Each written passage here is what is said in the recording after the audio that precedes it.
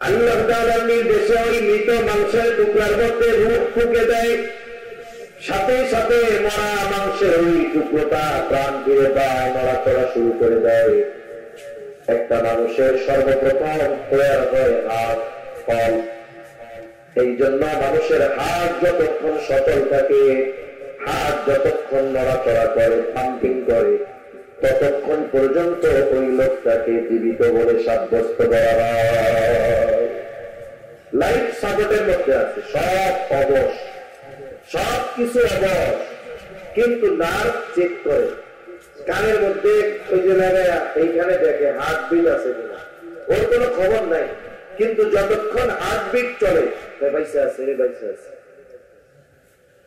মায়ের পেটের মধ্যে আল্লাহ তাআলা সর্বপ্রথম এই হাত সৃষ্টি করে, যখন ওই মাংসের টুকরার মধ্যে প্রাণ যায় তখন এটা নড়াচড়া শুরু করে, মা অনুভব করতে পারে পেটের বাচ্চাটা প্রাণ পেয়ে গেছে। এরপরে আল্লাহ তাআলা আস্তে আস্তে শরীরের বাকি অঙ্গগুলোকে সৃষ্টি করে, কান হয়, মুখ হয়, হাত হয়, পা হয়, এগুলো পরে আস্তে আস্তে। চিকিৎসা বিজ্ঞান বলে যখন একটা বাচ্চার হাত তৈরি হয়ে যায়, ওই মা যা কিছু চিন্তা করে তার পরিপূর্ণ প্রভাব ওই বাচ্চা তখন অনুভব করতে পারে। তার মানে বাস্তবতা হলো সন্তান সম্পদ অলংকার হবে তখন। একটা মানুষ যদি সন্তানের কারণে বদদিন না হয়, মালের লোভে মাল উপার্জন করতে গিয়ে যদি দিনকে বাদ না দিয়া দেয়, তাহলে এই সন্তান সম্পদ তার জন্য অলংকার হয়ে যায়। এই দুনিয়াতে একটা মানুষ কষ্ট করে সম্পদ উপার্জন করে, নিজে উপার্জন করে, কিন্তু নিজে ভোগ কম করে। সন্তান পরিবারের জন্য সে সম্পদকে সংরক্ষণ করে রাখে, যাতে তারপরে তার সন্তানরা মালের অভাবে না পড়ে। তাহলে দুনিয়ার অনেক মানুষ সন্তানের মহব্বতকে প্রাধান্য দিয়ে সন্তানের জন্য সম্পদ উপার্জন করতে গিয়ে যাচাই বাছাই না করে পরিশ্রম করে হারাম পন্থায় সন্তানের জন্য সম্পদ উপার্জন করে। তাহলে যে সন্তানের জন্য শুধু সম্পদ উপার্জন করলো, সন্তানকে মানুষ বানাইল না, আবার উপার্জন করলো অবৈধ পন্থায়, বলেন তো এই সন্তান, এই মাল তার জন্য দুনিয়ার অলংকার হতে পারে না। এটা তার ফিতনা, এটা তার জন্য দুনিয়া আখিরাত উভয় জাহানে বিপদের কারণ হবে, ঠিক না? কিন্তু একজন যদি বাস্তবে সন্তানকে সম্পদে পরিণত করতে পারে, আমরা তো চিন্তা করি আমাদের সন্তানেরা বড় হবে, লেখাপড়া মোটামুটি করবে, একটা চাকরি বাকরি পাবে, এরপরে বাবা বসে বসে খাবে, সম্পদ উপার্জন করে সন্তান বাড়াবে, বাবা বসে বসে খাবে, আর কোনো কাজ কাম নাই। মানুষ অনেকেই মনে করে সন্তান হলো আল্লাহ তাআলা এই জন্য দিছে যে আমি যতদিন জোয়ার আছি, শক্তি আছি, উপার্জন করব, সাথে গোলাপান বড় বানাবো, আমি যখন বৃদ্ধ হয়ে যাব ওরা উপার্জন করবে, আমি বসে বসে খাবো। আসলে কি আল্লাহ তাআলা শুধুমাত্র সন্তানকে এই জন্য দিছে নাকি? এই কাজটা যারা করে জীবনের পরন্ত বেলায় বার্ধক্যে যখন উপনীত হয়, শহর অঞ্চলে আমরা বেশি দেখি যে সন্তানের নিগ্রহের শিকার হয়, বুড়াকালে বৃদ্ধাশ্রমে গিয়ে থাকা লাগে, ঠিক কিনা বলে? এজন্য সন্তানকে সম্পদ উপার্জনের মাধ্যম না বানিয়ে সন্তানকে বাস্তবে মানুষে পরিণত করা দরকার। একটা সন্তান মানুষ, প্রকৃত মানুষ কখন হবে?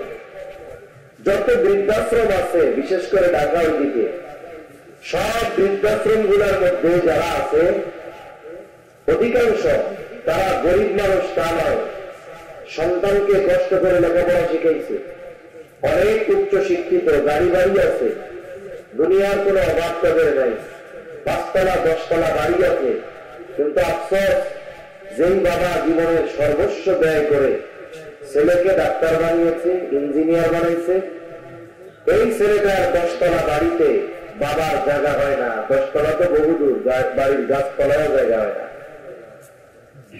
কিন্তু আমাকে একটা সন্তান, একটা লোক আপনি দেখাতে পারবেন না যে বাবা সন্তানকে প্রকৃত পক্ষে মানুষ বানাইছে, মানে দিন শিখাইছে, ভালো মানুষে পরিণত করেছে, আল্লাহ প্রদত্ত যে হক গুলো সন্তানের ছিল তার উপরে সন্তানের হক গুলো আদায় করছে। এই সন্তান যদি টাকাওয়ালা নাও হয়, এই সন্তান যদি কৃষক হয়, এই সন্তান যদি দিন মজুর হয়, সে কষ্ট করে হলেও বাবার খরচ বহন করে রিক্সা চালায়, ভ্যান চালায়, কৃষি কাজ করে, সিএনজি চালায়, অটো চালায়, কিন্তু মা বাবাকে কখনো বৃদ্ধাশ্রমে দেয় না। ঠিক কিনা বলে? এজন্য বৃদ্ধাশ্রমে আপনি কোন দিনদার মানুষের মা বাবা পাবেন না, দুনিয়াদার মানুষের মা বাবা পাবেন। অনেক ঘটনা বলা যাবে এরকম। বাংলাদেশের প্রসিদ্ধ একজন ব্যক্তি আল্লাহর বান্দা মারা গেছে। তিনি তার সন্তানদের সর্বস্ব ব্যয় করে জাগতিক লাইনে সফলতা অর্জন করিয়েছেন। সবাই আমেরিকার সিটিজেন, আমেরিকার নাগরিক, টাকা পয়সার অভাব নেই, ওই দেশে অনেক উচ্চ বেতনে তারা চাকরি করে। আর এই বেটা জীবনের ক্লান্ত শেষ লগ্নে এসে সন্তানদের জন্য সব ব্যয় করে ফেলছে। সন্তানরা জাগতিক লাইনে ইস্টাবলিশ, জীবনের শেষ সময় সে 3 বেলা খাইতেও পায় না।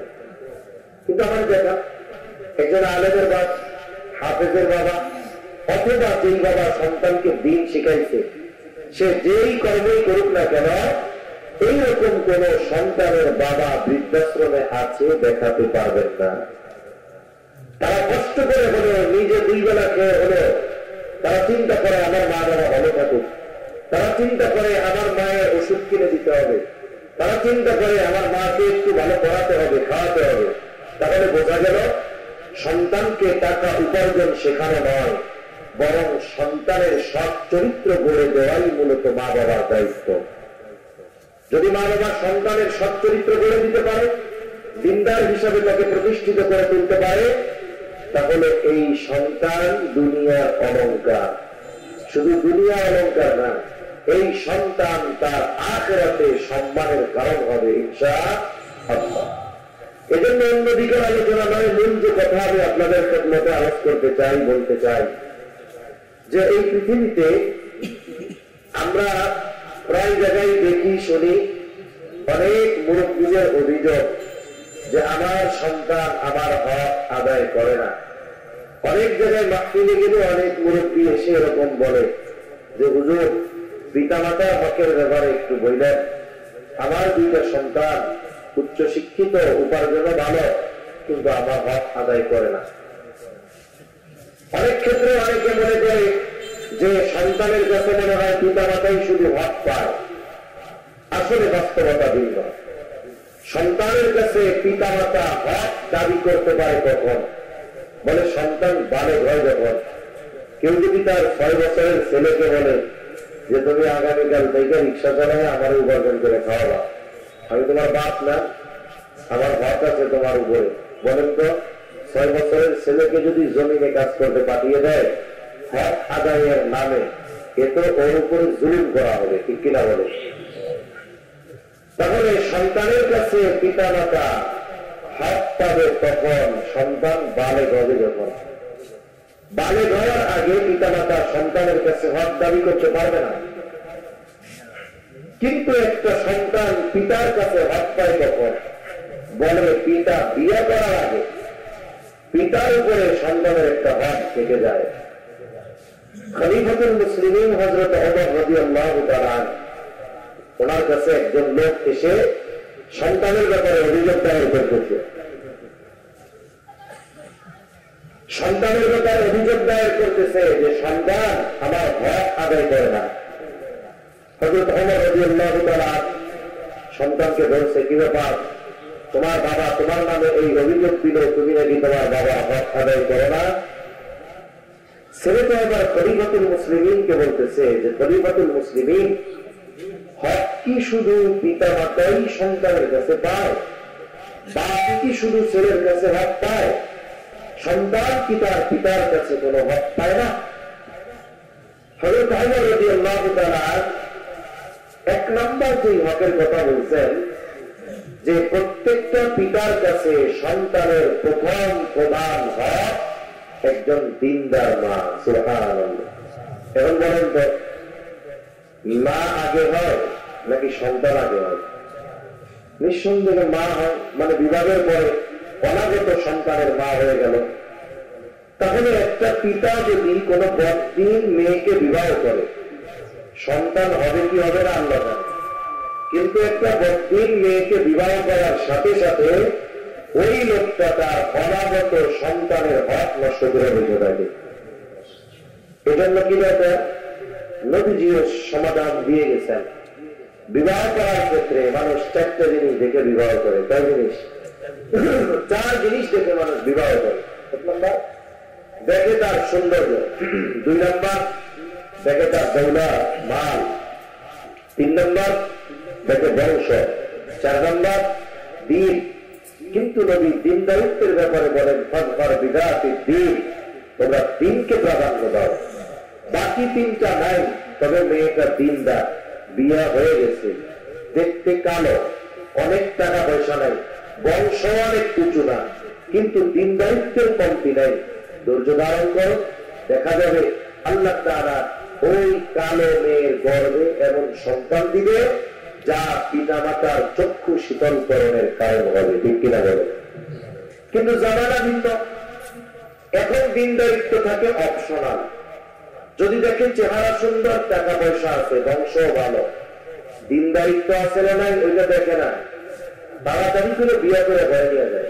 কিন্তু বাস্তবতা কি? বিবাহের আগে যারা বিবাহ করে যুবক, সে প্রাধান্য দেয় চেহারা, চামড়ার সৌন্দর্য, আর বিবাহের পরে গুরুত্ব পায় চরিত্রের সৌন্দর্যের। ঠিক কিনা? তো এখন বলেন তো, যার মধ্যে দিনদারিত্ব নাই, তার চারিত্রিক বৈশিষ্ট্য বলি সুন্দর হবে এটা আশা করা যায় না। এজন্য আমরা কি দেখি, অনেক সুন্দর চেহারা মানুষের বিবাহ কোটি টাকার কাবিল হলেও 1 বছরও টেকে না। এজন্য 1 নম্বর সন্তানের হক একজন দিনদার মা। যারা বিবাহ করে ফেলছে তাদের বিষয়টা ভিন্ন, কিন্তু যারা করে নাই তাদের এই বিষয়টা খেয়াল রাখতে হবে। বিবাহের সময় দিনকে প্রাধান্য দিয়ে বাকি বিষয়গুলো যদি পাওয়া যায় তো আলহামদুলিল্লাহ, ভালোর উপরে ভালো। এরপরে সন্তান যখন মায়ের গর্ভে আসে, মায়ের পেটের মধ্যে আসে, এই সময় মায়ের কিছু করণীয় বিষয় আছে। মাইকের আওয়াজ চাইতেছে, মা বন্ধা হয়তো শুনতেছে। মায়েদের কিছু করণীয় বিষয় আছে। কি করবে সে? উচিত তো ছিল যখন সন্তান গর্ভে আসে তাকে অন্যান্য সময়ের তুলনায় আমল বাড়ায় দেওয়া।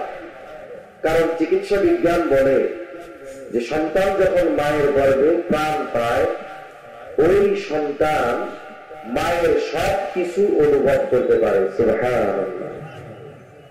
যখন আল্লাহ তাআলার কুদরতে একেবারে একটু ক্ষুদ্র শুক্রকীট মায়ের রেহেমে পৌঁছায়, মানে বাচ্চা জানিতে যখন পৌঁছায়, ওইটাকে আল্লাহ তাআলা 120 দিনের প্রসেসিং এর পরে একটা মাংস পিণ্ডে আল্লাহ তাআলা রূপ দান করেন।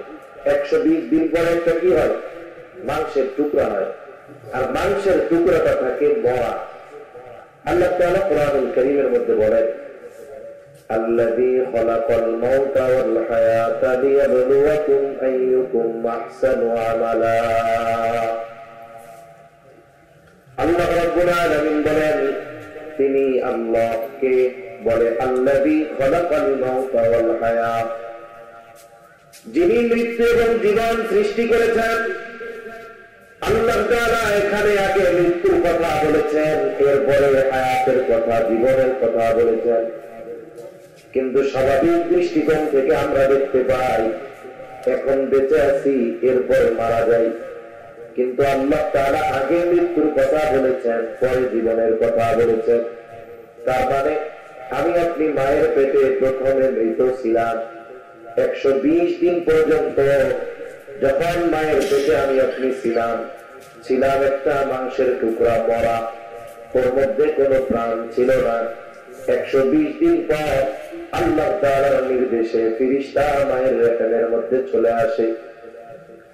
আল্লাহ তাআলার নির্দেশে ওই মৃত মাংসের টুকরার মধ্যে রূহ ফুঁকে দেয়, সাথে সাথে মরা মাংসের ওই টুকরোটা প্রাণ ফিরে পায়, নড়াচড়া শুরু করে দেয়। একটা মানুষের সর্বপ্রথম তৈরি হয় হাত, ফল।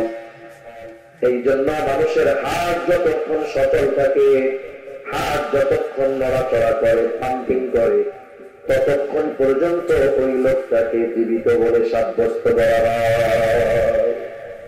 লাইফ সাপোর্টের মধ্যে আছে, সব অবশ, সব কিছু অবশ, কিন্তু নার্ভ চেক করে, কানের মধ্যে ওই যে এইখানে দেখে হার্টবিট আছে কিনা, ওর কোনো খবর নাই, কিন্তু যতক্ষণ হার্টবিট চলে বাইসে আছে, বাইসে আছে। মায়ের পেটের মধ্যে আল্লাহ তাআলা সর্বপ্রথম এই হাত সৃষ্টি করে, যখন ওই মাংসের টুকরার মধ্যে প্রাণ যায় তখন ওইটা নড়াচড়া শুরু করে, মা অনুভব করতে পারে পেটের বাচ্চাটা প্রাণ পেয়ে গেছে। এরপরে আল্লাহ তাআলা আস্তে আস্তে শরীরের বাকি অঙ্গগুলোকে সৃষ্টি করে, কান হয়, মুখ হয়, হাত হয়, পা হয়, এগুলো পরে আস্তে আস্তে। চিকিৎসা বিজ্ঞান বলে যখন একটা বাচ্চার হাত তৈরি হয়ে যায়, ওই মা যা কিছু চিন্তা করে তার পরিপূর্ণ প্রভাব ওই বাচ্চা তখন অনুভব করতে পারে। কিছু হয় নাই, শুধু হাত হয়েছে, কিন্তু মা যদি কোনো কিছু চিন্তা করে সেটার প্রভাব ওই যে মায়ের পেটে খালি হৃদয় হয়েছে, প্রাণ পাইছে, ও অনুভব করে। সুবহান। এরপরে যখন আস্তে আস্তে হাত পা চোখ কান হয়ে যায়, মা কি বলে, মায়ের পেটের মধ্যেই বাচ্চা শ্রবণ শক্তি পায়, মানে শোনার ক্ষমতা পেয়ে যায়, ও তখন শুনে কান লাগে মা কি বলে। এই বিষয়গুলো নিয়ে বিশদ গবেষণা করার পর আমেরিকার একজন চিকিৎসক তিনি বলতেছেন, মহিলাদের উদ্দেশ্য করে বড় সেমিনার করে উনি বলতেছেন, যদি কোনো মহিলা চায় যে তার ছেলে বা বাচ্চা ভালো গায়ক হবে, সে যেন যার কণ্ঠ ভালো তার গান শুনে। যদি চায় যে বাচ্চাটা অভিনেতা হবে, তাহলে সে যেন যার অভিনয় ভালো লাগে তার অভিনয় দেখে। এখন বলেন তো, যদি মা গান শুনলে পেটের বাচ্চা ভালো গায়ক হয়, যদি মা অভিনয় দেখলে পেটের বাচ্চা ভালো অভিনেতা হয়, তাহলে ওই মা যদি কোরআন পড়ে, ওই মা যদি কোরআন শুনে, ওই মা যদি দুরূদ পড়ে, ওই মা যদি ইস্তেগফার করে সময়গুলো অতিবাহিত করে, তাহলে তার ছেলে তো কোরআন প্রেমিক হবে, ঠিক কিনা বলে? কিন্তু কি অবস্থা, যখন বাচ্চা পেটে আসে, এখন তো আর নড়াচড়া বেশি করতে মানা করছে ডাক্তার। এবার স্বামীকে বলে, এই যে বাকি 8-9 মাস সময় কেমনে কাটাবো, আমার একটা মোবাইল কিনে দেয়। স্বামী চিন্তা করে, ঠিক আছে দেই কিনা, এদিকে লোকটা কই, বাইক অপারেটর বাইক চিন্তা করে দেই তাহলে একটা মোবাইল কিনা। এইবার মোবাইল কিনে দেওয়ার পরে কি বলে, বলে একটা ইন্টারনেটের সিম কিনা দেন। এরপরে বলে আমার একটু এমবি কিনা দেন। এরপরে যখন এমবি লাইন মাঝে মধ্যে চলে যায়, ঝামেলা মাঝে মধ্যে থাকে না, আমার একটা ওয়াইফাই লাইন দিয়ে দেন যেন 24 ঘন্টা ইন্টারনেট পাওয়া যায়। এইবার সন্তান পেটে নিয়ে সিনেমা দেখে, গান শুনে, ফেসবুক চালায়, মোবাইল দেখে। এরপরে বাচ্চা দুনিয়ায় আসে, যেটা 3 দিন বয়স, কান্নাকাটি করে, মোবাইল সামনে নিলে আসতে চায় তাকে, কান্না বন্ধ হয়ে যায়, ঠিক কিনা বলে? কেন? বলে মা পেটে বাচ্চাকে নিয়ে যা করে তার পূর্ণ প্রভাব ওই বাচ্চার উপরে পড়ে। এজন্য মায়েদের কি করণীয়? মায়েদের করণীয় হলো, ওই সময় যদি দৈহিক ইবাদত বেশি নাও করতে পারে, কমপক্ষে মৌখিক ইবাদত গুলো করা, জিকির আজকার করা, তাসবিহ তাহলিল পাঠ করা, তাহলে এর দ্বারা তার সন্তানের প্রতি প্রভাব পড়বে ইনশাআল্লাহ। আপনারা কুতুবউদ্দিন বখতিয়ার কাকি রহমাতুল্লাহ আলাইহির কথা শুনছেন হয়তো।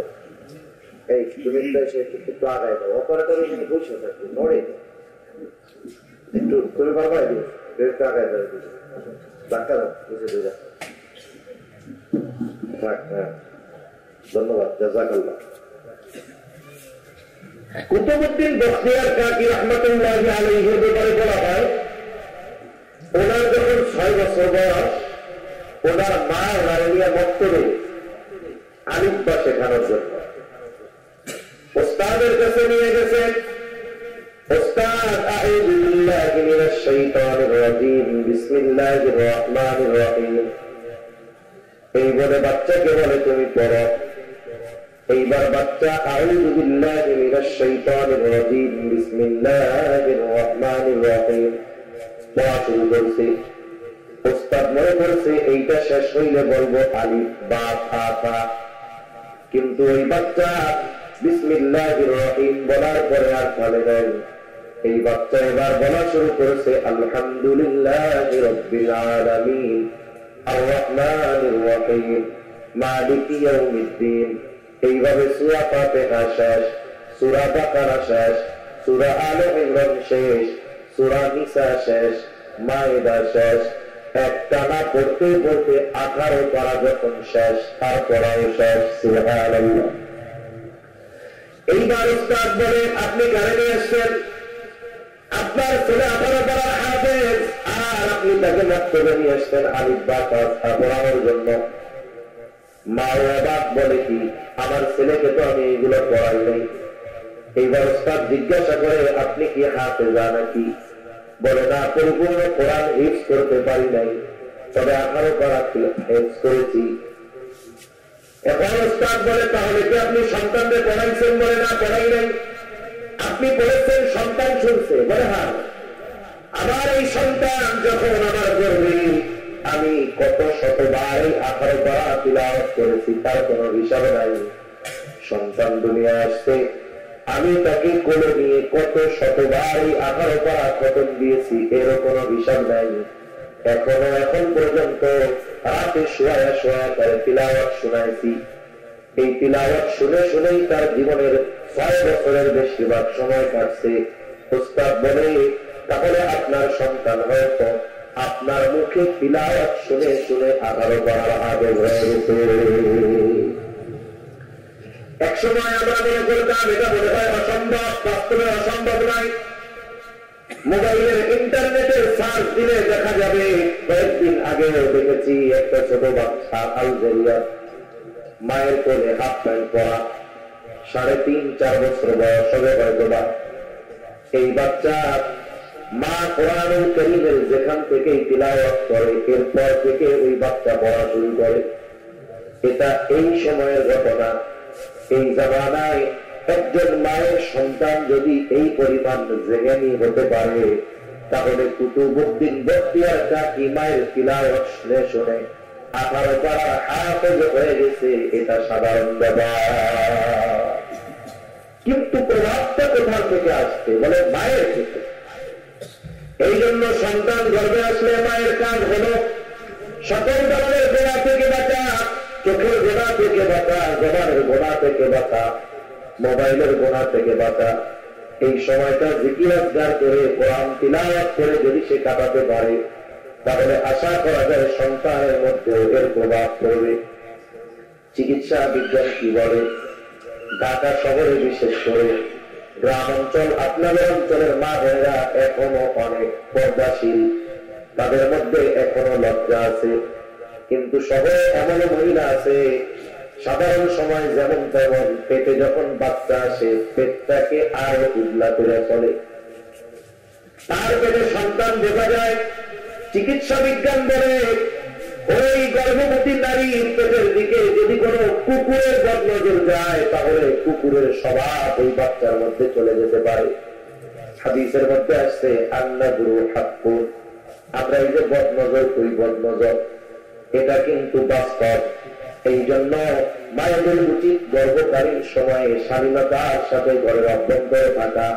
কারণ আধুনিক চিকিৎসা বিজ্ঞান বলতেছে গর্ভবতী নারীর প্রতি যদি কারো বদনজর পড়ে, পেটের বাচ্চা ক্ষতিগ্রস্ত হওয়ার সম্ভাবনা আছে। কোরআন হাদিসের যত কথা নবীজি বলে গেছেন সব সত্য, কোনো সন্দেহ নেই। কিন্তু আস্তে আস্তে এর পরিপূর্ণ আলামত আমরা অনুধাবন করতে পারতেছি। এক সময় যেগুলাকে কুসংস্কার বলতো সাধারণ শিক্ষিত মানুষ, এখন বিজ্ঞান গবেষণা করার বলে পরে বলে না, ওইটা কুসংস্কার না, ইসলাম যেটা বলে রাখছে ওইটাই সঠিক। সুবহানাল্লাহ।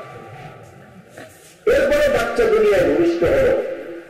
আমাদের দেশে তো ডাক্তারের কাছে নিয়ে গেলে ডাক্তাররা চিন্তা করে এই বাচ্চা দুনিয়ায় আসার ক্ষেত্রে স্বাভাবিক ডেলিভারি না, কেমনে গেলে সিজার করা যায়, অপারেশন করা যায়, পেট কেটে কেমনে বের করা যায়, এজন্য ডাক্তারের কাছে নিবেন, গাইনি ডাক্তার, সে রুগী দেখাই এমন ভয় দিবে যে বাচ্চার পজিশন ঠিক নাই, হ্যান নাই, ত্যান নাই, এমন অবস্থা, স্বাভাবিক ডেলিভারি হতে গেলে মাও মরতে পারে, বাচ্চাও মরতে পারে, এমন ভয় দেয়। লাস্টে লোকটা চিন্তা করে যা হয় হোক, দুইজনই বেঁচে থাক, পেটটা একটু কাটা যাবে, তাতে কি আসে যায়। এগুলো ভয় দেয়, বেউলা। কিন্তু স্বাভাবিকভাবে কোন নারী যদি গর্ভকালীন সময় স্বাভাবিক সময়ের মতো অতিবাহিত করে, আশা করা যায় আল্লাহ তাআলা স্বাভাবিক ডেলিভারি তার জন্য সহজ করে দিবে। তা বাচ্চা যখন ধরে ভূমিষ্ঠ হয় কি করণীয়? বলে ডান কানে আযান, বাম কানে ইকামত দিতে হবে। আমাদের অঞ্চলে, অনেক গ্রাম অঞ্চলে এখনো বোঝে না আযান কোন সময় দিবে, ইকামত কোন সময় দিবে, এটা তারা বুঝতে পারে না। বাচ্চা পায় এক জায়গায়, খবর দেয় এক জায়গায়। বাচ্চা হয়েছে নানার বাড়ি, বাচ্চার বাপ আছে একটা বাড়ি। রাত 3টায় নানার বাড়িতে একটা বাচ্চা হয়েছে, সাথে সাথে ফোন দিছে যে তোমার তো একটা ছেলে হয়েছে। কত খুশি। রাত 3টার সময় ফোন দিছে মুয়াজ্জিন সাহেবকে। বলেন তো, রাত 3টার সময় ইমাম মুয়াজ্জিনকে বিরিয়ানি, পোলাও, কোরমা রস খাওয়ার জন্য দাওয়াত দেয় না, বরং অধিকাংশ সময় গভীর রাতে যখন কেউ মারা যায় তখন গভীর রাতে ইমাম মুয়াজ্জিনকে ফোন দিয়া ডাক দেয়, খবর দেয়, ঠিক না? এখন মুয়াজ্জিন চিন্তা করে রাত 3টায় তার দাওয়াত দিবে না, এই চিন্তা করে ফোনটা ধরে করে মরছে কে, কি করে মারা গেছে কে, দুর্মিয়া কেউ মরে নাই, আমার একটা পোলা হয়েছে, একটু আজান দিয়া যায়। পোলা হয়েছে কই, খবর আইছে কই, আজান দিতে কয় কই, কাম কি? বলে ছেলে হোক মেয়ে হোক, ডান কানে আযান, বাম কানে ইকামত। কোন পুরুষ নাই, নারীরাই ডান কানে আযান, বাম কানে ইকামত দিয়ে দিবে। বুজুর্গানে দিন বলে এর মধ্যে কি হিকমত? এক নম্বর, আমরা প্রথমে ছিলাম রূহের জগতে, এক সময় তো কিছুই ছিল না। এরপরে আল্লাহ তাআলা আদম আলাইহিস সালামের পৃষ্ঠদেশ থেকে আমাদেরকে সৃষ্টি করেছেন। আমাদের মূল হলো রূহ, সব রূহ একত্রে আল্লাহ সৃষ্টি করেছেন। আমরা ছিলাম রূহের জগতে, আলমে আরওয়াহ, রূহের জগতে ছিলাম। এরপরে আল্লাহ তাআলা আলমে গফর, এই যে মায়ের পেটের মধ্যে এক জগৎ, ওই জগতে বানাইছেন। ওই জগৎটা খুব সুরক্ষিত জগৎ। আল্লাহ তাআলা বলেন ফি করারিন মাকিন, মায়ের পেটের মধ্যে আল্লাহ তাআলা আমাদেরকে সুরক্ষিত স্থানে রেখেছে। এই কথা আল্লাহ জানেন। এখন এই জগৎ থেকে ভূমিষ্ঠ হয়ে আসলো নতুন এক জগতে, আলমে দুনিয়া, আলমে গফর। ও ওই জগতে বাসিন্দা, ও একাই ছিল, কোন ঝামেলা নাই, তাদের মধ্যে সে একা। ওই জায়গায় আমি আপনি মনে করতাম এটাই মনে হয় দুনিয়া। কিন্তু এখন যখন এই দুনিয়ার জগতে আসছে, হরেক রকমের হরফ কিসিমের মানুষ আছে, জিন আছে, শয়তান আছে। আসলে মূলত কাহিনীটা কি? বলে সন্তান দুনিয়ায় আসার পরে দুনিয়ার কোন ব্যাড সাউন্ড, আওয়াজ তার কানে যাওয়ার আগেই আল্লাহ তাআলার বরত্বের আওয়াজ তার কানে পৌঁছায় দিতে হবে। বরত্বের আওয়াজ তার কানে পৌঁছায় দিবে। সাথে সাথে আর একটা বিষয় কি, জীবনের জন্য একটা শিক্ষা এখানে। আপনাদের পেশার আজান দিলে মনে করেন 7টায়, জামাত 7:15, যখন নামাজের জন্য দাঁড়ানো হলো, ইকামত দিল, ইকামত শেষ হওয়ার কয় ঘন্টা পরে তাকবীরে তাহরিমা দেন। কথা বলেন নাই? সাথে সাথেই দেয় না, 1 সেকেন্ডও লাগে না। তাকবীরে তাহরিমা, ইকামত শেষ, সাথে সাথে ইমাম সাহেব আল্লাহু আকবার। তাকবীরে তাহরিমা শেষ হইল, ইকামত শেষ হইল, আর নামাজের জন্য তাকবীর দেওয়া হলো। সময়টা খুব স্বল্প। এখান থেকে শিক্ষণীয়, জানাজার সালাতে, নামাজে আযানও নাই, ইকামতও নাই, দুনিয়া আসার সাথে সাথে দেওয়া হয়ে গেছে। ইকামতের পরে নামাজ শুরু হতে যেমন একেবারে সময়টা স্বল্প, আমাদের মনে করা উচিত যে এই দুনিয়ার হায়াতটা ওই রকমই অল্প। এখান থেকে শিক্ষা দেওয়া। তাহলে ডান কানে আযান, বাম কানে ইকামত, এটা সন্তানের সাথে করতে হবে, দিতে হবে। এরপরে সন্তানের বাচ্চার বয়স যখন 7 বছর 7 দিন হবে, 7 দিন, এইবার তার আকিকা দিতে হবে। আকিকা 7ম দিন, না পারলে 14তম দিন, না পারলে 21তম দিন। ছেলে হলো 2টা ছাগল দিয়া, মেয়ে হলে 1টা ছাগল দিয়ে। এখন ছেলে হয়েছে কিন্তু 2টা ছাগল দিয়ে দেওয়ার অ্যাবিলিটি তার নাই, সামর্থ্য নাই। একটা দিয়ে হলো 7ম দিনে অথবা 14তম দিনে অথবা 21তম দিনে আকিকা দিয়া দিবে। কিন্তু অনেক মানুষ সামর্থ্য থাকার পরেও ইচ্ছাকৃত বিলম্ব করে কোরবানির সাথে আকিকা দেওয়ার জন্য অপেক্ষা করতে পারে। 1 নম্বর, যে কোনো আমলের ক্ষেত্রে পদ্ধতি হবে সুন্নাত পদ্ধতি। সুন্নাতের উপরে আমল করার সুযোগ থাকার পরেও কেন জায়েজের দিকে যাব? কোরবানির পশুর সাথে আকিকা দেওয়া যায়, তবে সুন্নাত কি বলে? 7 দিনে, 14তম দিনে, নাইলে 21তম দিনে দিয়ে দেন। যদি এই সময় সামর্থ্য না থাকে তাহলে জায়েজের উপরে আমল করলেন, কোরবানির সাথে দিয়ে দিলেন। কিন্তু সামর্থ্য থাকলে যত সময় দিয়ে দেওয়া উচিত। ছেলে হলে 2টা, না থাকলে 1টা দিয়ে দিবেন। কত মানুষ আছে দেখা যায় ওনার ছেলে মেয়ে বিবাহ দিয়ে দিছে, মা বুড়া হয়ে গেছে, হঠাৎ করে কইতেছে, রে তুই তো দাদা হয়ে যাবি কদিন পরে, কিন্তু তোর তো আকিকা দিতে আমার মনে আসছিল না। কারণ আমাকে ফোন দেয়, হুজুর আমার আব্বা মা তো আমার আকিকা দেয় নাই, এখন আমারও গুলামান হয়েছে, আমার গুলামান হয়ে গেছে, আমার আকিকাটা দিয়ে দিব। এই যে মা বাবা গাফলতি কেন করে? এজন্য সামর্থ্য থাকলে যত সময় বাচ্চার আকিকা দিয়ে দিতে হবে। এরপরে 7ম দিন আর কাজ বলে মাথার চুলগুলো উঠিয়ে ফেলতে হবে, চেষে ফেলতে হবে। মাথার চুল চেষে ওই চুলের পরিমাণ, ওজন পরিমাণ স্বর্ণ রূপা অথবা উভয়ের যে কোনো একটার সমপরিমাণ মূল্য সরকার করে দিতে হবে। অনেক সময় বাচ্চার মাথার হাত অতিরিক্ত নরম থাকে, ডাক্তার বলে চুল চাইছেন না, করে চাচ্ছেন, এটা তো ওজন।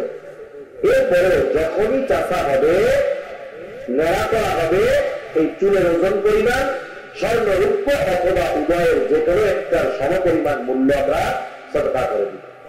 7ম দিন আর একটা কাজ কি? এই 2টা কাজের সাথে আর একটা কাজ হইল তার সুন্দর একটা নাম রাখা। সুন্দর একটা কি রাখা? এই নাম, এটাও সন্তানের অন্যতম হক। সুন্দর একটা নাম রাখবে তার, যেই নামটা তার ধর্মীয় পরিচয় বহন করবে। ডাক নামটা সুন্দর হওয়া দরকার, যেই নামে তাকে মানুষেরা ডাকবে এই নামটা সুন্দর হওয়া দরকার। কিন্তু দেখা যায় ভালো নামটাকে লুকায় রাখে, আর একটা নাম ছোট কাটলটারে বানাইছে ডাক নাম। যেমন শফিকুর রহমান টনি, সাইফুর রহমান জনি, আছে না এরকম নাম? রনি, জনি, টনি, সুমন, কত ধরনের নাম আছে। এই যে নামগুলো রাখছে ডাক নাম, হিন্দুরও আছে, বৌদ্ধরও আছে, খ্রিস্টানেরও আছে, মুসলমানেরও আছে, অন্যান্য সব ধর্মের মধ্যে এই ধরনের নাম পাওয়া যাবে। এজন্য নাম রাখতে হবে এমন নাম বলার সাথে সাথে তার ধর্মীয় পরিচয়টা ওখানে বোঝা যাবে। বুঝুখানে দিন বলেন, ভালো নাম রাখার প্রভাব তো অবশ্যই আছে। হতে পারে কিয়ামতের দিন আল্লাহ তাআলা ইব্রাহিম আলাইহিস সালামকে ডাক দিল, ইয়া ইব্রাহিম। এই দুনিয়ায় যত ইমানদার ইব্রাহিম আছে ওই ডাক শুনে সবাই চলে যাবে হয়তো আল্লাহ কাছে। আল্লাহ তাআলা হয়তো বলবে, তোমরা আসছো কেন? আমি তো দেখেছি আমার খলিল ইব্রাহিমকে, তোমরা কেন আসছো? তখন ওই ইব্রাহিম নামধারী লোকগুলো বলবে, আল্লাহ আমাদের নামও তো ইব্রাহিম, আপনি তো বলেন নাই যে খলিলুল্লাহ আস, আপনি তো ডাক দিচ্ছেন ইব্রাহিম, আমাদের নামও তো ইব্রাহিম। আল্লাহ তাআলা কিয়ামতের দিন বান্দাকে মাফ করার জন্য বাহানা তালাশ করবে। হতে পারে এই ভালো নামটা তার নাজাতের কারণ হতে পারে। হয়তো আল্লাহ তাআলা বলতে পারে, যাও আমার খলিলের নামের সাথে নাম মিল থাকার কারণে আমি আজকে তোমাদের মাফ করে দিলাম। সেই জন্য ভালো একটা নাম রাখবো। হাদিসের মধ্যে আসছে আল্লাহ তাআলার কাছে সবচেয়ে প্রিয় নাম আবদুল্লাহ আর আবদুর রহমান। এলাকায় আব্দুল্লাহ বেশি, আব্দুর রহমান বেশি। এখন কি রাখবেন? বলে আল্লাহ তাআলার গুণবাচক অনেক নাম আছে, ওই নামগুলোর সাথে আবদুন শব্দ যোগ করে রেখা দেন।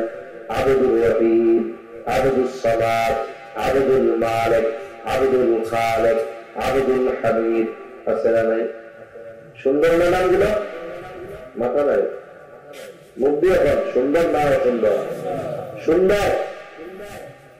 তখন নাম যেহেতু সুন্দর, ডাকতে হবে তো সুন্দর করে। যার নাম আব্দুর রহিম, তাহলে কি রাখবো? আব্দুর রহিম বলে রাখবো। আমরা প্রথমে আব্দুল বাদ দিয়ে দিই, কদিন পরে ওই ডাকি রহিম, মালিক, খালেক, সামাদ, হামিদ, যা এও মোটামুটি এক অবস্থায় আছে।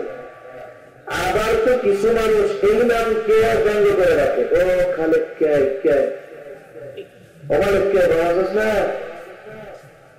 ডাকে কি ডাকে না? এরকম তো আপনাদের অঞ্চলেই বলে। কেন আপনি মালিককে দিয়ে ডাকলেন?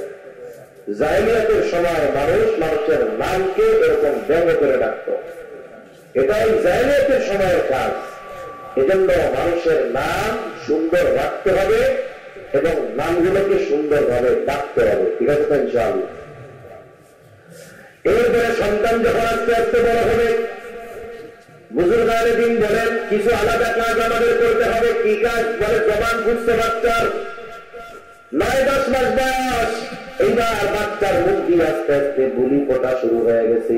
ও এর আগে যখন তাকে দুধ পান করানো শেষ হবে, তাকনিক করাতে হবে। তাকনিক বিশেষ করে 6 মাস বয়স, তখন তাকে স্বাভাবিক দুধের সাথে সাথে আলাদা খাবার দেওয়া হয়।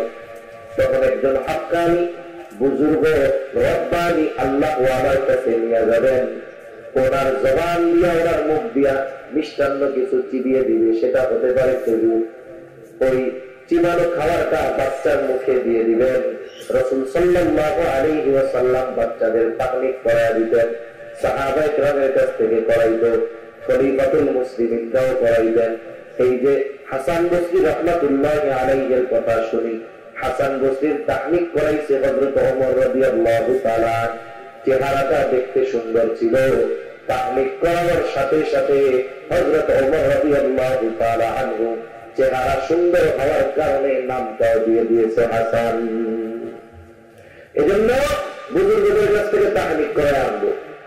এরপরে যখন তার জবান ফুটবে, এইবার যখন 9-10 মাস বয়স, মাঝে মধ্যে মা না কয় না, এরকম বাচ্চারা আব্বা আব্বা কয়। এই যে যখন এই কথাগুলো বলে, আব্বা আম্মাও শিখায়, বলো আব্বু আব্বু, মা কয় বলো আম্মু আম্মু, মা মা। এইবার বাচ্চা তো বুঝে না, না বুঝেই যদি কখনো মা কয়া বসে, আব্বু বইলা বসে, এই আওয়াজ যদি আব্বু আম্মুর কানে যায়, বলেন তো আব্বু আম্মু খুশি হয় না বেজার হয়? মা বলে মাথায় বাড়ি মাথায় উঠায় নেয় আনন্দের চোটে।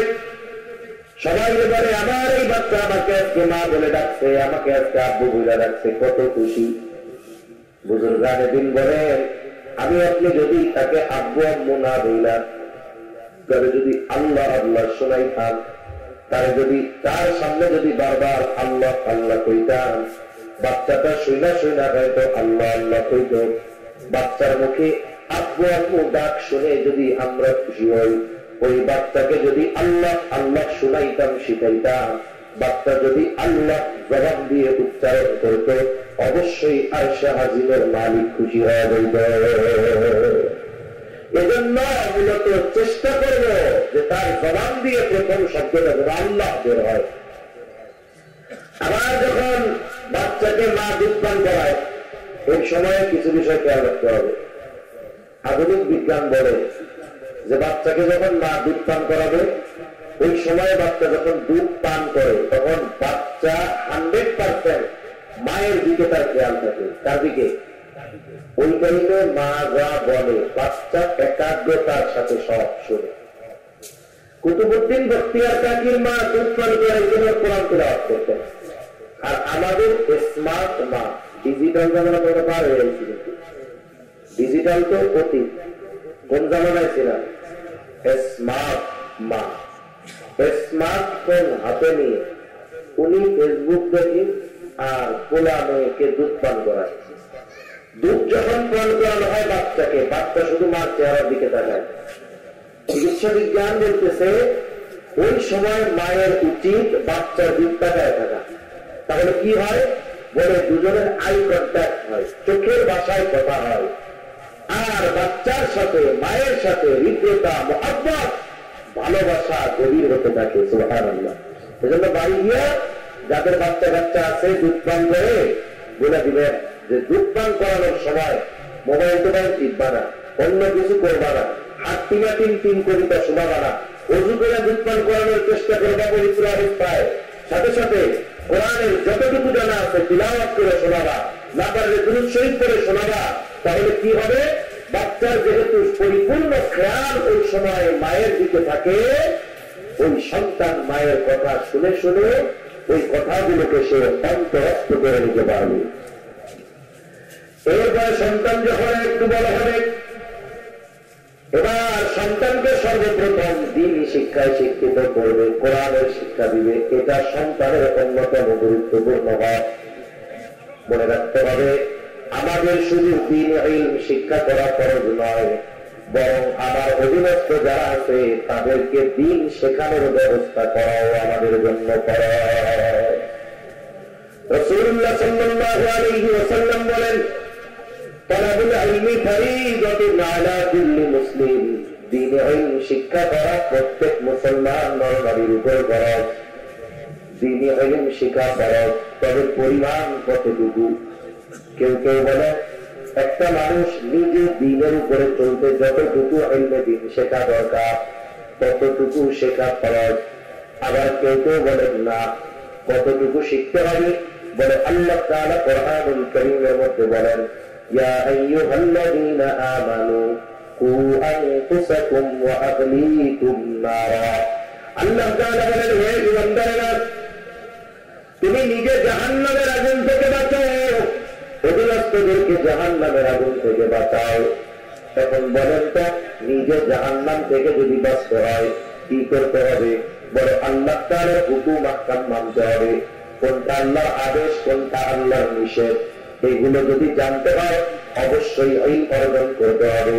তার মানে একজন মানুষ নিজে জাহান্নাম থেকে বাঁচার জন্য যতটুকু ইলমে দ্বীন দরকার, সাথে সাথে আল্লাহর আদেশ অধীনস্থদেরকে জাহান্নামের আগুন থেকে বাঁচাও।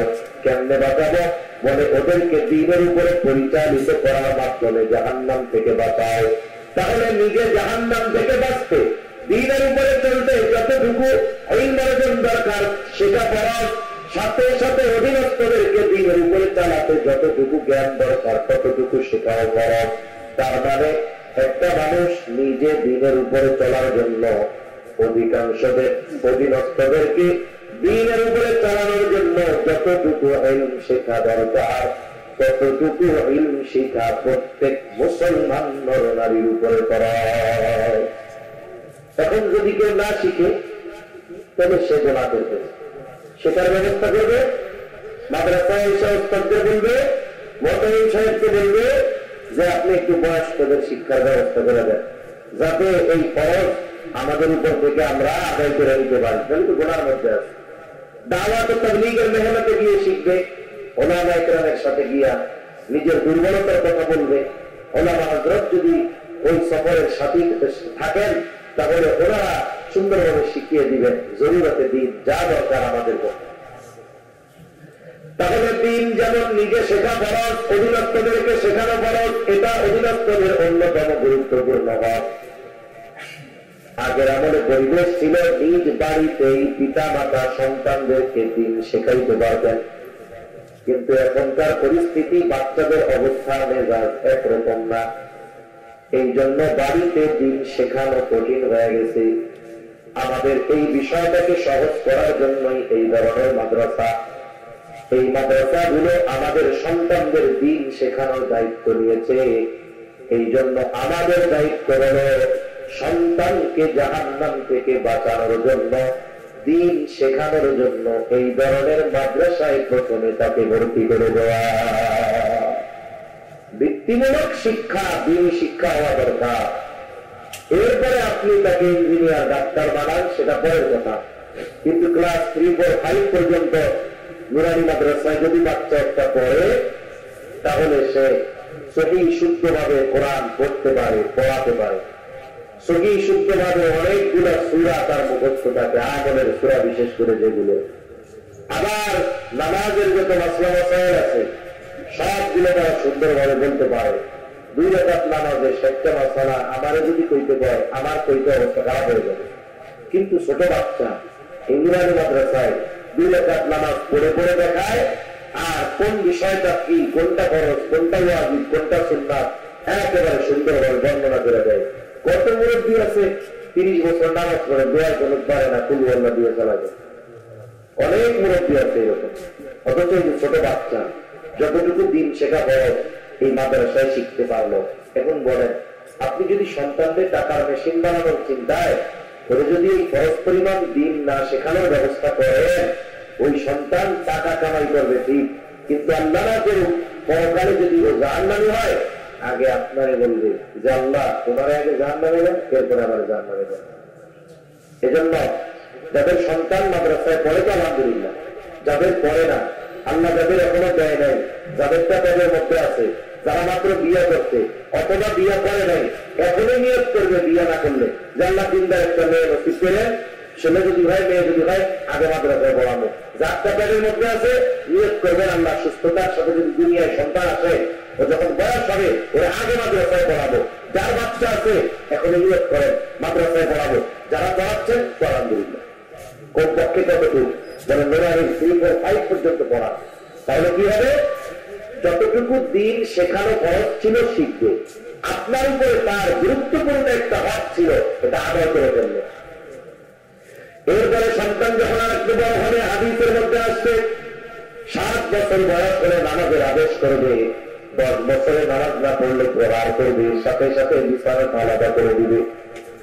বলেন তো, 7 বছরে যদি নামাজের আদেশ করতে চাই, অবশ্যই 7 বছরের আগের থেকেই নামাজ শেখাতে হবে। এই ধরনের মাদ্রাসাগুলায়, নুরানি মাদ্রাসায়, মক্তবে ছোট ছোট বাচ্চা 5 বছর 6 বছরের বাচ্চা, এরা যে নামাজ পড়ে, এদের নামাজ দেখলে নিজেদের লজ্জা লাগে যে কত সুন্দর ভাবে পড়তেছে। ওদের নামাজের কাছে নিজেদের নামাজকে কিছুই মনে হয় না, কত ধীরস্থিরতার সাথে সুন্দর ভাবে ছোট বাচ্চারা নামাজ পড়ে। আপনি যদি বাচ্চাটাকে মাদ্রাসায় দিয়ে দেন 5 বছর থেকে 4 বছরের থেকেই দিয়ে দেন, পড়া লাগবে না, মাদ্রাসার পরিবেশের সাথে সে পরিচিত হোক। কিন্ডার গার্ডেনে তো 4 বছরে দিয়ে দেয়, মাদ্রাসায় পাঠায় দেন 4 বছর বয়সে। ও যখন মন চায় আসবে, যখন মন চায় চলে যাবে। কিন্তু মাদ্রাসার পরিবেশের সাথে যদি ও পরিচিত হয়ে যায়, দেখবেন বাচ্চাদের সাথে থাকবে, পড়ালেখা দরকার, ও দৌড়ায় দৌড়ায় বেড়াবে। কিন্তু মাদ্রাসার পরিবেশে তাকে দেন, তাহলে কি হবে, 6 বছর বয়সে 7 বছরে নামাজের আদেশ করা লাগবে না, ও তো 6 বছরেই পাক্কা নামাজি হয়ে যাবে। ঠিক কিনা বলে? যে দায়িত্বটা অভিভাবকের ছিল, মাদ্রাসাওয়ালারাই দায়িত্ব পালন করে দিতেছে। এরপরে যখন সন্তান প্রাপ্তবয়স্ক হবে, ছেলে হোক আর মেয়ে হোক, উভয়ের বিবাহের ব্যবস্থা করতে হবে। আসলে আমাদের দুনিয়ার নিজামটা ভিন্ন, অথচ আল্লাহ তাআলার আদেশ ছিল আর এক রকম। আল্লাহ তাআলার আদেশ ছিল অভিভাবকদের উপর, তোমাদের অধীনে যারা বিবাহ উপযুক্ত আছে, ছেলে হোক আর মেয়ে হোক, অভিভাবকদের উপরে নির্দেশ হলো তোমরা তোমাদের ওই বিবাহ উপযুক্ত অধীনস্থ যারা আছে তাদের বিবাহ দিয়ে দাও। তাহলে ছেলে মেয়ে যদি বিবাহ উপযুক্ত হয়, ছেলে মেয়েকে বিবাহ দিয়ে দেওয়ার দায়িত্বটা মা বাবার বা অভিভাবকের। এটাই তো আল্লাহর আদেশ, ওয়ানকিহুল আয়ামা মিনকুম ওয়াস-সালিহিনা মিন ইবাদিকুম ইন ইয়াকুনু ফুকারা ইউগনিহিমুল্লাহ। কত রহস্যজনক কথা, একটু পরে করি। তাহলে ছেলে অথবা মেয়ে উভয়কে বিবাহ দেওয়ার দায়িত্বটা অভিভাবকের। বলেন তো, অভিভাবকের দায়িত্ব ছেলে মেয়ে প্রাপ্তবয়স্ক হলে বিবাহ দেওয়া। অভিভাবক মেয়ের বিবাহ দেয়, কিন্তু ছেলেরটা দেয় না। ছেলেরটা দেয়, কথা বুঝেন, ছেলেরটা দেয় না, ছেলেরটা নিজের পায়ে খাড়া হয়। মেয়ের বিবাহের জন্য কি করে, মেয়ে দুনিয়ায় আসছে, এবার 10টা 20টা গাছ লাগায় রাখছে, দামি দামি কাঠের গাছ, মেহগুনি গাছ লাগাইছে। 18 বছরে এই গাছ এরকম মোটা হয়ে এক একটার দাম হয়েছে 1 লক্ষ টাকা। এইবার বিবাহের সময় 10টা গাছ কাটছে, 10 লক্ষ টাকা দেয়। মেয়েরে বলে, এই যে তুমি যখন হয়েছিলা এই দিনেই 10টা গাছ লাগাইছিলা, এই যে তোমার বিবাহের জন্য খরচ করার জন্য 10 লাখ। কমিয়া বিবাহ তো আল্লাহ পোলারেও দিতে কইছে, পোলা যখন জন্ম নিচ্ছে 10টা গাছ লাগান নাই কেন? 10টা গাছ লাগাইতেন, বিবাহের বয়স হইলে 10টা গাছ কেটে 10 লাখ টাকা হাতে দিয়ে কইতেন, আমি পিতা হিসাবে দায়িত্ব ছিল তোমাকে বিবাহ দিয়ে দেওয়া, এই যে 10 লাখ দিলাম, এটা দিয়ে ব্যবসা করো, এটা দিয়ে তুমি কাজে লাগাও, আর বিবাহ করো। এটা তো ছেলের ক্ষেত্রে বলে। তার মানে এই ডাবল স্ট্যান্ডবাজি ছেলেদের সাথে করা হয়। বিবাহ দেওয়ার দায়িত্ব অভিভাবকের, ছেলে হোক আর মেয়ে হোক। এজন্য ছেলে হইলে এখন থেকে প্রস্তুতি নিয়ে রাখবেন যে সে প্রাপ্তবয়স্ক হলে বিবাহ দিতে হবে। কিন্তু প্রাপ্তবয়স্ক ছেলে বিয়ে করতে চাইলে বলে আগে নিজের পায়ে খাড়াও। প্রেম করলে কিছু বলবে না, কিন্তু বিবাহ করতে গেলে একেবারে সীসাগালা প্রাচীরের মতো হয়ে দাঁড়াবে। সম্ভব না। আগে আমার মেয়ে দিতে আছে, দুটোর বিয়ে দিয়ে না, এরপরে তুই বিয়ে করবি। এখন বলেন, এই সন্তান যদি যৌবনের তাড়নায় বিবাহ না দেওয়ার কারণে কোন পাপে লিপ্ত হয়, আপনি তো তিন চিল্লার সাথী, হজ করে আসতেন, মসজিদের সভাপতি, মাদ্রাসার সেক্রেটারি, অনেক বড় দানবীর, তার তো একদিনও কামাই যায় না, দৈনিক 6 তসবিহ জিকিরও বাদ যায় না। আপনি কিছুই জানেন না, চোখের গুণাও করেন, কিন্তু আপনার ছেলেটাকে বিয়ে দেন নাই। সে কক্সবাজার সি বিচে গিয়ে অপরাধ করতেছে। আপনি নেকের কাজ যতই করেন, ওই সন্তানের অপরাধের সমপরিমাণ পাপ অটোমেটিক আপনার অ্যাকাউন্টে জমা হয়ে যাবে। এজন্য সন্তানের প্রতি পিতামাতার অন্যতম হক যে সন্তান যখন প্রাপ্তবয়স্ক হবে, বয়স্ক হবে, তাদের বিবাহের ব্যবস্থা করা। ছেলের জন্য দিনদার একটা মেয়ে দেখে নিয়ে আসবেন, আর মেয়েটাকে একটা দিনদার ছেলের হাতে তুলে দিতে হবে। কিন্তু যখন দেখে মেয়ের দিনদার, কিন্তু যে ছেলে প্রস্তাব দিচ্ছে বড় টাকাওয়ালা, টাকাওয়ালা যখন দেখে তখন আর আল্লাহওয়ালার দিকে খোঁজ থাকে না। বুঝলেন? ছেলে যদি টাকাওয়ালা হয়, মেয়ে তখন দিয়া দেয়, তখন আর খোলা আল্লাহওয়ালা খুঁজে না, টাকাওয়ালা আছে। তখন ওই মেয়েটাকে আপনি যদি বদিন একটা ছেলের সাথে বিবাহ দেন, সম্পদ থেকে চিন্তা করলেন যে মেয়েটা ওই ঘরে গেলে সুখে থাকবে, শান্তিতে থাকবে, কিন্তু মেয়ে দিনদার তুলে দিলেন একজন বদিন ছেলের হাতে। ওই ঘরে গিয়ে যদি মেয়েটা দেখে যে তার স্বামী পরনারীতে আসক্ত, জুয়ায় আসক্ত, নেশাগ্রস্ত, ইয়াবাখর, গাঁজাখর, বলেন তো ওই মেয়েটার জন্য ওই ঘরটা জাহান্নাম হয়ে যাবে। ঠিক কিনা বলেন? এজন্য সর্বশেষ দায়িত্বটাও ঠিক মতো পালন করতে হবে। এখন এই পালনগুলো আমরা সবাই করলাম, এরপর আল্লাহ না করুক মেয়ে বদদিন হয়ে গেছে, দিচ্ছিলেন দিনদার ছেলের সাথে, সে বদদিন হয়ে গেছে, ছেলের সব হক আদায় করছে, ছেলে বদদিন হয়ে গেছে। এই দায়ভার আপনার আমার নয়। কিয়ামতে আল্লাহ জিজ্ঞাসা করবে না যে এরপরে কেন এরা খারাপ হলো, এই কারণে আল্লাহর কাছে জবাব দিয়ে তার কাঠ গড়ায় দাঁড়াতে লাগবে না। কিন্তু এর আগের হকগুলো আদায় না করলে কিয়ামতের দিন আল্লাহ তাআলার সামনে জবাব দিয়ে তার কাঠ গড়ায় দাঁড়ানো লাগবে। শুধু তাই না, হক আদায় না করার কারণে যদি কোনো সন্তান জাহান্নামী হয়, কিয়ামতের দিন ওই সন্তান তার অভিভাবকদের জান্নাতে যাওয়া অন্তরায় হয়ে দাঁড়াবে।